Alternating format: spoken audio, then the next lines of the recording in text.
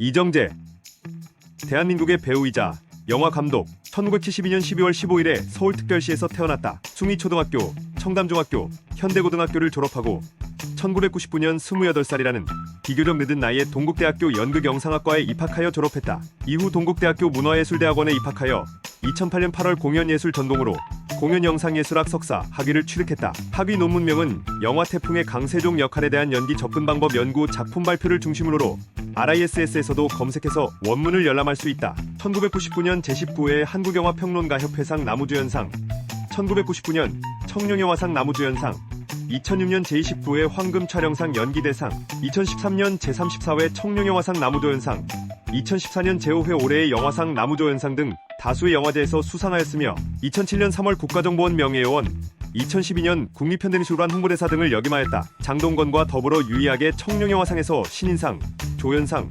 주연상을 모두 석권한 배우이기도 하다. 이전부터 어느 정도 인지도가 있던 청춘스타였지만 드라마 모래시계에서 여주인공 고현정에게 일방적인 순애를 바치는 보디가드 백제의 역을 맡아 과묵함과 깊은 눈빛 연기를 보여줘 폭풍 스타가 되었다. 사실 과묵했던 이유는 이 당시에 이정재가 경력이 있던 다른 배우들에 비해 연기력이 좋지 않았기에 그냥 말을 안 시켰던 것인데 이게 의외로 큰 인기를 끌었다. 뒤에서 묵묵히 여주인공을 지켜주는 모습이 더 멋졌던 것이다. 주인공인 최민수나 박상원보다 더 많은 인기를 얻고 전국 검도장이 모래시계 보고 온 남자들로 미어터질 정도로 이루어지지 못할 사랑을 지키다 목숨까지 바친다는 설정 때문에 한동안 여성들의 이상형 1위가 되었고 방영이 끝난 지 20년이 넘은 지금에도 각종 매체에서의 보디가드 역은 백제의 그림자에서 벗어나지 못하고 있다. 모래시계 이후 1994년 12월 23일에 입대하여 52사단에서 방위병으로 군 복무를 마치고 1996년 6월에 제대했다. 입대 이후에는 군대에서도 여러 국방홍보 영화의 주연을 맡았다. 모래시계 이외에도 배창호 감독의 젊은 남자에서 근육질의 탄탄한 몸매를 과시하며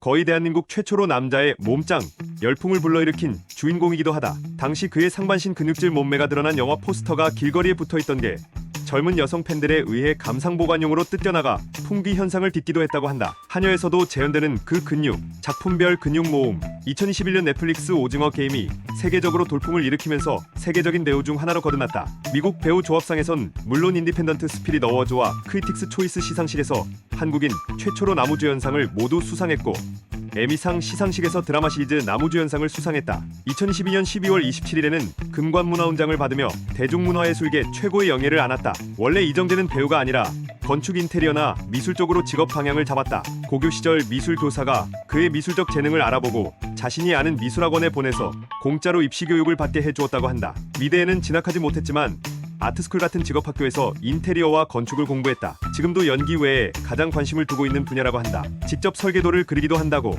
학원비를 벌기 위해 압구정동 카페에서 서빙 알바를 시작했는데 그때 매니저의 눈에 들어서 모델로 발탁된다. 그리고 모델료가 알바비보다 훨씬 높았기 때문에 바로 알바를 그만두고 모델업계에 몸을 담게 된다. 그리고 그 후 1993년에 출연한 롯데 크런키 초콜릿 광고가 대박을 쳤다. 1990년대를 아는 사람이라면 이 광고를 기억할 것이다. 나만의 음악 모래시계의 제2역으로 발탁된 것도 이 초콜릿 광고 덕분이라고 하며 사실 같은 해에 롯데 초콜릿 다른 제품인 다나 초콜릿 광고도 찍었지만 크런키 쪽이 더 인상에 강하게 남은 편이다. 이러면서 젊은 남자에도 캐스팅이 되고 느낌에도 캐스팅이 된다. 그러나 결정적인 작품은 역시 1990년대 국민 드라마 모래시계. 당시 최민수보다 오히려 더 인기를 모으면서 백제희를 죽이지 말아달라는 편지가 SBS에 쇄도하는 등 대국민적인 인기를 얻었다. 이 작품으로 1995년에 SBS 신인상을 수상했다. 그러나 모래시계를 다 찍고 난 후 20대 초반에 찾아온 쏟아지는 인기를 감당하지 못하고 군입대를 해버린다. 그의 연기는 다양한 스펙트럼을 보인다는 데에서 장점을 찾을 수 있다. 본인이 스스로 연기가 부족하다는 것을 알고 있지만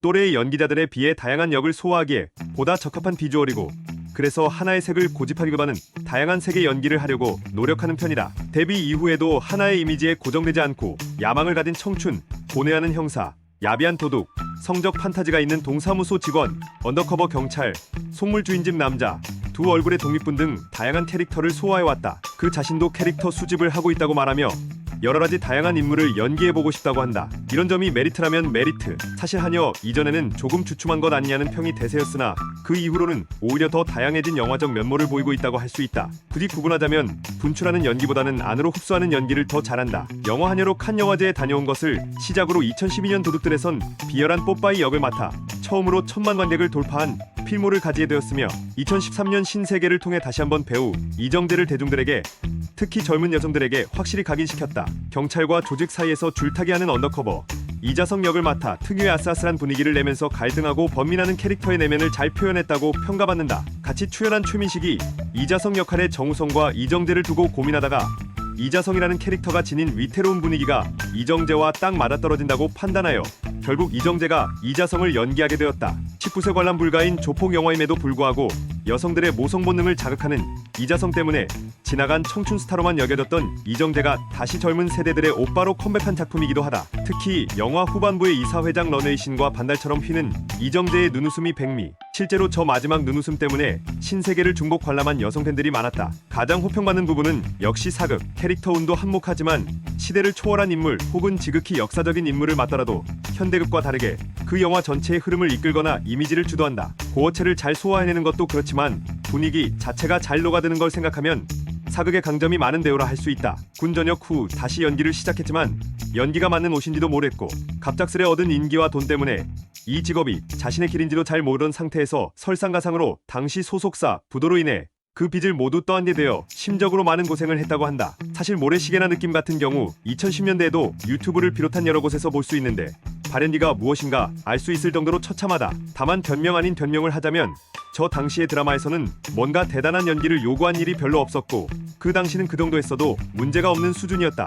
진짜로 연기가 즐겁다고 느낀 건 90년대 말 정우성과 태양은 없다를 찍으면서부터였다고 한다. 여태까지 맡았던 캐릭터들과 많이 다른 쌈마이 역할이었고 영화 자체도 다소 독특한 느낌이 있었다. 이후 정우성과는 평생을 같이 하는 친구 사이가 된다. 이 영화로 1999년 청룡영화제 나무주연상을 수상한다. 당시 후보로는 최민식, 한석규, 박중훈, 최민수와 함께 쟁쟁한 배우들. 이때 나이가 27세였는데 최연소 나무주연상 수상자로 지금도 이 기록은 깨지지 않고 있다. 청룡영화상을 받은 해에 개봉했던 이재수의 나는 배우들 모두가 고생은 고생대로 했음에도 흥행 참패. 당대의 여배우였던 심은하의 은퇴작 인터뷰도 망했다. 장진영과 함께한 오버 더 레인보우, 이미연과 함께한 흑수선, 곽경택 감독이 1000만을 노리고 장동건, 이정재를 캐스팅해 만들었던 태풍은 대대적인 홍보 민 밀어주기까지 했으나 500만에 그쳤다. 문제는 제작비가 어마어마한 작품이라 500만도 적자였다는 것. 이후 에어시티로 복귀하면서 드라마에서라도 재기를 꿈꿨으나 최지우, 이진욱만 연결해주고 끝났고 커피 프린스 1호점의 감독이 각 잡고 만든 트리플에 출연했으나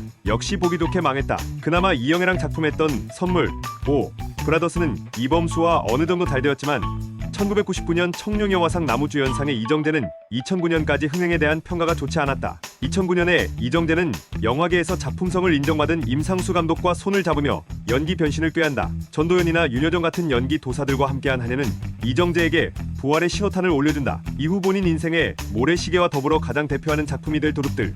신세계로 연기, 인기, 흥행면에서 제2의 전성기가 찾아온다. CF나 근근히 찍어가던 한물간 청춘 스타에서 압도적인 분위기와 중후한 내력을 지닌 폭발력 있는 중년 연기자로 정착했다. 이후 송강호와 함께한 관상에서 수양대군 역을 맡았는데 러닝타임의 반만 출연하고도 송강호를 압도하는 존재감으로 필모그래피를 채워나갔다. 한국 역사상 가장 매력적인 수양대군을 연기하였는데 이정재 본인 또한 이 역할을 놓치게 될까봐 전전긍긍한 것으로 유명하다. 총 관객 약 913만을 기록하며 역대 사극 영화 중 네 번째 흥행작에 오른 관상은 평이 엇갈리고 지루하다는 평도 있으나 이정재가 연기한 수양대군에 대해선 거의 만장일치로 호평 일색. 많은 기자들은 관상이 이정재의 대표작 중 하나가 될 것이라고 말하고 있으며 일반 관객들의 평도 매우 좋다. 관상 보러 갔다가 수양 보고 나왔다는 말까지 있을 정도니 첫 등장 장면을 런웨이로 만들어버리며 영화 시작 후 1시간이 훌쩍 지나서야 나오는 첫 등장 장면을 포스로 잠식해버렸다. 누리꾼들은 이정재의 등장신을 늑대의 유혹에서 강동원의 우산신, 아저씨에서 원빈의 삭발신과 함께 한국영화 3대 등장신이라고 부른다. 이병우 음악감독은 그 장면에 쓰인 음악이 영화에서 가장 많은 돈을 들였다고 했고 한재림 감독은 슬로모션, 촬영 및 큰 개 2마리를 동원하여 시각적, 청각적으로 위협감을 주는 등 많은 노력을 기울였다. 배우 본인은 이 역할을 위해 내셔널 지오그래픽이나 동물의 왕국 등을 시청하면서 극중 1위의 상이라 표현되는 수양대군을 표현하기 위해 노력했다고 한다. 이정재에게 관상 시나리오가 온 것은 2012년 여름에 부산에서 신세계를 촬영할 때였는데 감독이 직접 찾아와 대본을 전했다고. 처음에는 더 센 이미지의 남자 배우가 맡아야 하지 않겠냐면서 출연을 망설였지만 한여의 고운 캐릭터에서 배어나온 기품과 카리스마를 원한다는 감독의 설득에 결국 역을 맡게 된다. 결과는 대박. 배우 본인의 아버지까지 내가 무슨 수양대군 이미지를 갖고 있냐 면서 말렸다는데 결국엔 역사상 최고로 섹시한 수양대군이라는 평을 받게 되었다. 더불어 연기력 논쟁에도 종지부를 찍었다. 특히 수양대군 등장신은 한국 영화 최고의 등장신이라는 평가가 있을 정도로 압도적인 존재감을 뽐냈다. 그리고 팬들의 사랑을 받는 동영상도 올라오고 있는데 수양대군의 폭풍 등장신을 아이돌 그룹 엑소의 으렁 노래에 맞추어 편집한 이런 동영상이라든지 관상 개봉 이후 팬의 센스 있는 잘생김 드립 이후 귀여운 찰싹 동영상이 있다. 이후 영화 빅매치에 이어 2015년 7월 22일 개봉한 영화 암살에서 두 얼굴의 임시정부 요원 염석진으로 나온다. 역할을 위해 무려 15kg이나 감량했다고 한다. 조진웅의 증언에 의하면 촬영이 끝나고 배우들끼리 같이 밥 먹을 때 김치를 물에 씻어 먹는가 하면 하정우가 촬영 후 같이 술 마시자고 계속 꼬드겨도 끝까지 술 한 방울 마시지 않았다고 한다. 게다가 염석진의 불안하고 날카로운 심리를 표현하기 위해 48시간 무수면 상태에서 촬영을 진행했다고 하니 연기에 대한 이정재의 열정과 노력을 엿볼 수 있는 부분이다. 그리고 그 고생에 보답하듯 암살이 8월 15일 광복절에 1000만 관객을 돌파하면서 도둑들에 이어 두 번째 1000만 영화를 갖게 되었다. 2016년 7월 27일 개봉한 인천 상륙작전에서 메가더의 명을 받고 엑스 레이 작전을 수행하는 장학수 대위 역할을 하였다. 2017년 5월 대립군으로 사극에 재도전했지만 흥행에 실패했다. 그러나 2017년 12월과 2018년 8월에 개봉한 신과 함께 시리즈에서 염라대왕 역으로 특별 출연하면서 흥행에 크게 일조했다. 염라대왕의 긴 헤어스타일 때문에 하정우는 이정재를 염라언니라는 별명을 지어주었다. 그리고 2019년 2월 20일 개봉한 사바에서 박 목사 역할을 맡았다. 이후 보좌관을 통해 10여 년 만에 드라마에 출연했고 시즌2까지 제작되며 꽤 성공적으로 드라마에 복귀했다. 2020년 여름 다만악에서 구하소서에서 악역 레이 역할로 등장하여 열연했다. 코로나19로 영화 관객이 10분의 1 수준으로 토막난 상태였음에도 430만 관객을 돌파하며 그해 박스오피스 2위를 기록하고 손익분기점을 넘기는 데 성공한다. 2021년 넷플릭스 드라마 오징어 게임에 주연으로 출연하여 첫 넷플릭스 오리지널 작품에 참여했고 작품이 전 세계적으로 히트를 기록하며 모래시계 이후 오랜만에 드라마 흥행작을 하나 추가하게 되었다. 전 세계적인 신드롬과 넷플릭스 역사상 역대 시청 시간 1위 작품을 기록하며 단기간 흥행으로는 왕좌의 게임을 넘어서는 열풍을 일으켰다. 그 결과 미국 배우 조합상, 크리틱스 초이스 시상식, 제74회 프라임타임 에미상 등 미국 메이저 시상식에서 나무주연상을 수상했다. 인 대한민국 최초이자 비영어권 작품으로도 최초로 대한민국 배우의 커리어로서는 최상을 찍으며 역대 최고의 전성기를 맞이하고 있다. 특히 그간 카리스마 있거나 무서운 높은 사람 역할을 주로 해오던 이전과는 다르게 기존 이미지와는 잘 안 어울리는 찌질한 서민 연기를 소화했는데 이를 위화감 없이 해내며 성공적인 이미지 변신으로 인정받고 있다. 특히 삼화에 달거나 하는 연기는 백미. 국내 인지도야 이미 오래전부터 탑급이었던 이정재지만 오징어 게임이 일으킨 전대미문의 대응행으로 인하여 세계적인 인지도 쌓게 되었다. 그리고 미국 대형 연예 에이전시 크리에이티브 아티스트 에이전시와 전속 계약을 체결했다. 2022년 8월 영화 헌트의 감독, 각본, 제작, 주연을 맡아 감독으로 데뷔했다. 영화에 대한 평가는 호평이 대다수로 김윤석에 이어 또 다른 배우 출신 감독의 성공적인 데뷔를 알렸다. 2022년 9월 10일 미국 매체들이 이정재가 스타워즈 시리즈 새 드라마 에콜라이트의 주연을 맡게 됐다고 보도했다. 출연작 오징어 게임을 통해 2022년 한국 연예인 순위 1위에 선정되었다. 이혼으로 유명하다. 본인에 의하면 아직까지도 결혼에 대한 생각은 없다고 한다. 3듀 CF에 나온 흑역사가 있다. 태양은 없다에서 만난 정우성과 연예계에서 알아주는 절친이며 같이 패션 사업도 하고 CF에도 출연하고 술도 마시는 인생의 동반자 같은 사이, 일명 청담동 부부로 불린다. 아무리 바빠도 일주일에 두세 번은 만나며 같이 영화 보고 밥 먹고 술 마시는 사이, 그야말로 영혼의 친구인 셈인데 서로 말하지 않아도 통하는 무언가가 있다고 한다. 재밌는 건 둘은 그렇게 친한데도 아직까지 말을 놓지 않고 있다는 점이고 이에 대해 정우성은 말을 놓지 않는 게 편하다고 이야기했다. 삼성동에 건축되는 18세대 고급 빌라 라테라스에 같은 층에 정우성과 함께 입주했다. 유재석과는 제5시 미보병사단에서 함께 방위병으로 복무한 군 동기로 그가 말하길 전후. 참고로 두 사람은 1994년 12월 26일에 입대한 이른바 마지막 방위 세대다. 본인의 말에 따르면 유재석이 자신을 업어 키웠다고 하며 당시 유재석은 압구정동, 이정재는 논현동에 살았는데 둘이 카풀을 했다. 그런데 이정재가 밤늦게까지 술을 마셔서 아침에 일어나지 못해 차를 끌고 나오지 못하는 날이면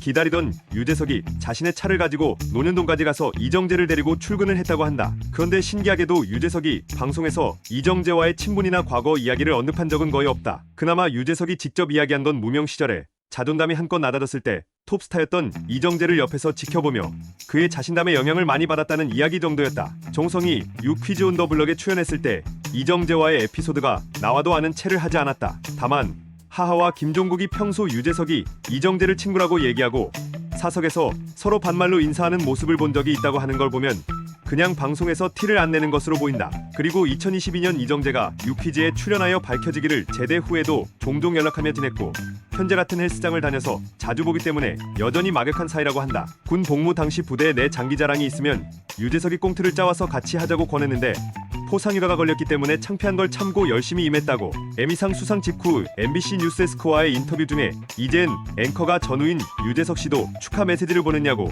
묻자 받았다고 말하면서 직접 핸드폰을 꺼내서 읽으며 메시지 내용을 보여주기까지 했다. 말끔하고 잘생긴 외모로 연기력에 종종 오해를 받는 배우 중 하나다. 쿨한 외모와 다르게 범죄자나 사기꾼, 사채업자, 배신자 역할의 연기에서 진가를 보이는 배우로 그가 이런 역할만 맡았다 하면 최소 중박은 치거나 상을 탔다. 그가 처음으로 사채업자 연기를 했던 태양은 없다 해서 그는 생애 최초 최연소 나무주연상을 탄다. 오브라더스에서도 사채업자를 맡아서 당시 명절 특수를 타긴 했지만 중박을 쳤고 도둑들에선 도둑놈 역할로 천만 배우까지 되었으며 암살에서도 친일파 역할로 출연하여 흥행에 성공했다. 시문화와 연달아 두 작품을 한 기록을 가지고 있다. 2013년 2월 21일에 개봉한 신세계에서 언더커버 경찰 이자성 역을 맡아 호평을 받았다. 속으로 삭히고 갈등하는 내면 연기를 잘 보여줬다는 평. 특히 정체가 들통날 위기에 처하는 인천 창고씬이 많이 회래되었다. 과거를 다룬 신세계 프리퀄이 나온다면 본편과는 다른 마구 날뛰는 이자성을 볼 수 있다고 한다. 박훈정 감독이 과거 이자성은 칼부림도 막 하고 다녔다고 하며 이 점은 신세계의 마지막 신인 언더커버 초창기 시절 이자성의 모습에서도 확인할 수 있다.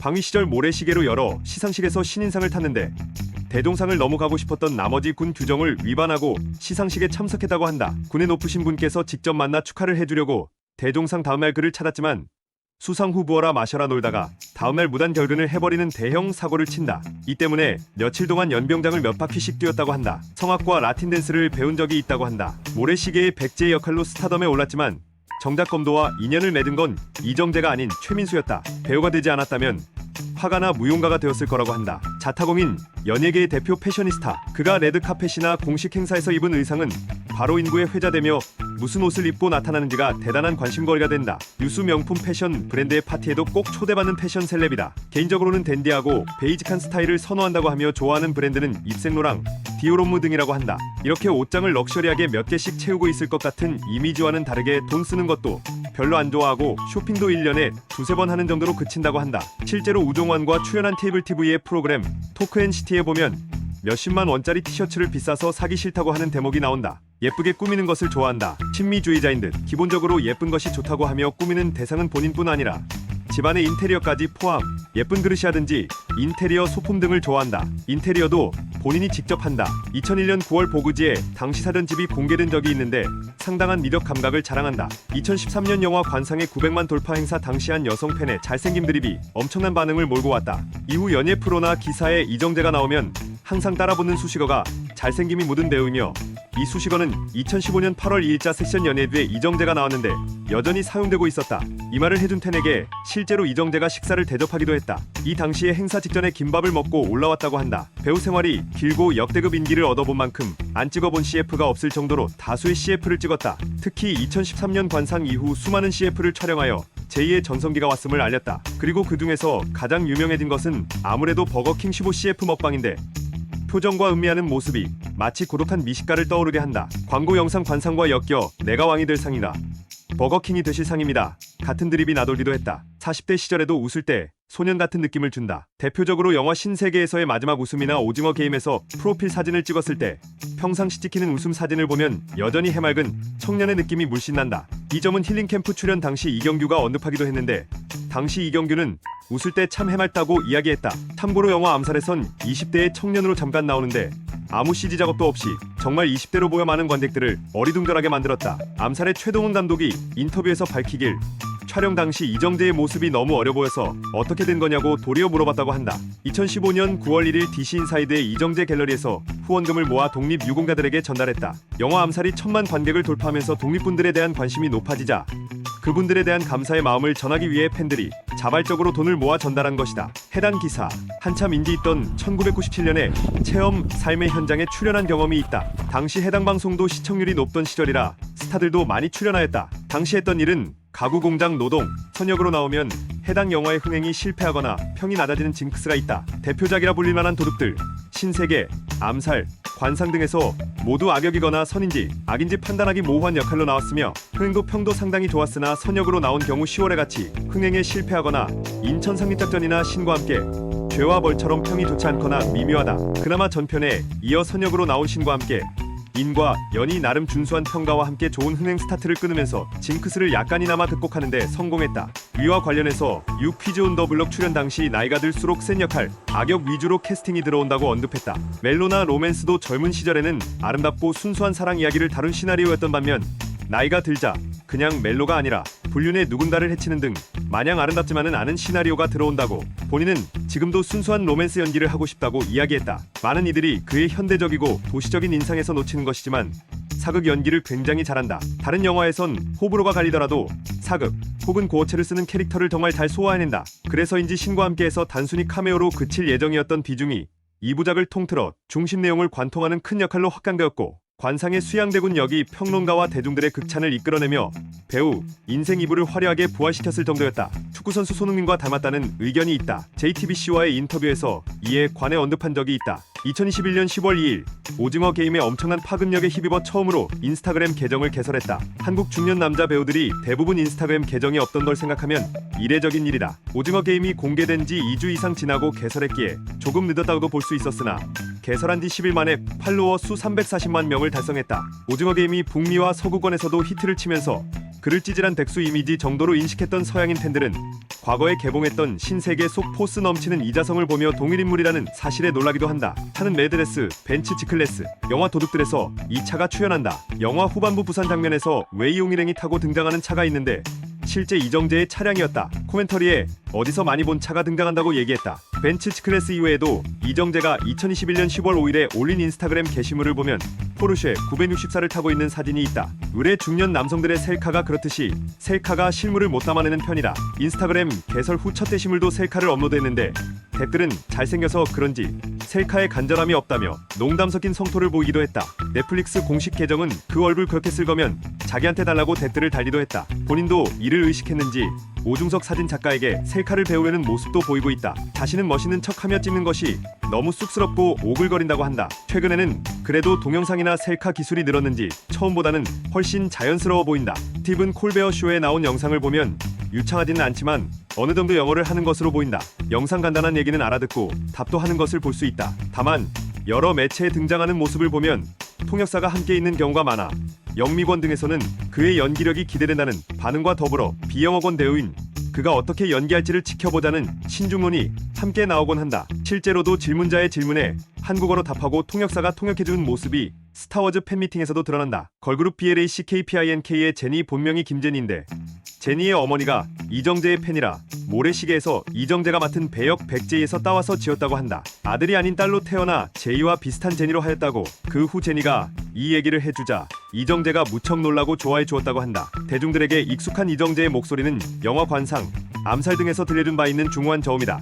사람들이 이정재 성대모사를 한다고 하면 이 톤을 따라할 때가 많다. 한편 경박한 인물을 연기했던 도둑들에서는 촐싹맞은 높은 톤으로 연기하기도 했다. 사실 이정재의 평소 목소리는 높지도 낮지도 않은 중음이다. 연기하는 캐릭터의 성격에 따라 목소리의 높낮이를 조절하는 것. 이에 대해 이정재는 남배우는 여배우에 비해 상대적으로 외모의 변화를 줄 여지가 적기 때문에 인물 특징을 세밀하게 표현하기 위해서 목소리 톤을 조절하게 되었다는 연기관을 밝힌 바 있다. 2015년 이재용 삼성전자 부회장의 전처인 임세령과 연애 사실이 매체를 통해 공개되어 화제가 된 적이 있고 이후 결별 소식 없이 종종 데이트 장면이나 함께 여행 가는 것이 목격되는 것을 볼 때 상당히 오랫동안 연애를 하고 있다. 2023년 기준 9년째 연애 중이다. 임세령과 만나기 전에는 배우 김민희와의 공개 연애가 유명했다. 그런데 이 세 사람이 함께 찍은 사진이 발표되면서 김민희가 이정재에게 임세령을 소개시켜줬다는 루머가 돌기도 했으나 이정재 측에서 부인했다.